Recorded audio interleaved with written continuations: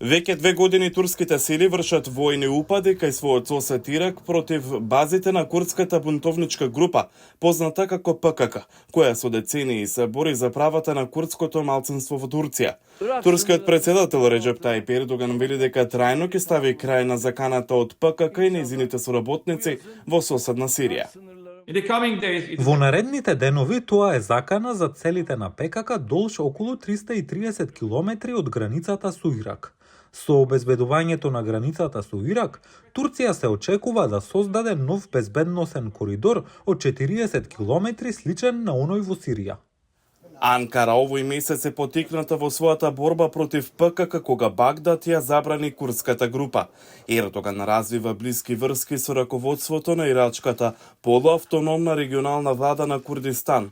Аналитичарите велат дека таквата соработка е од витално значење за целта на Анкара за искоренување на заканата од ПКК. Турција ќе се фокусира на капацитетот на ирачките безбедносни сили, заедно со оние на курдската регионална влада. Турција сака целосно обкружување на сите членови на ПКК во Ирак, а потоа да ги уништи.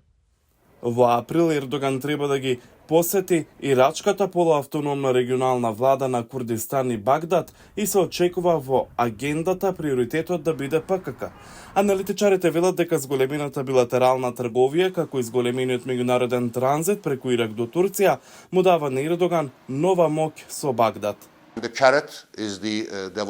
Предноста е во развојниот пат што ја поврзува Басра со турската граница и кој ќе донесе милиарди американски долари во Багдад.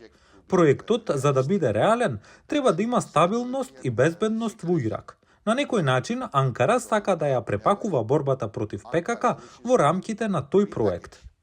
Но аналитичарите предупредуваат дека седиштето на ПКК е во ирачкиот планински регион Кандил, кој се граничи со Иран.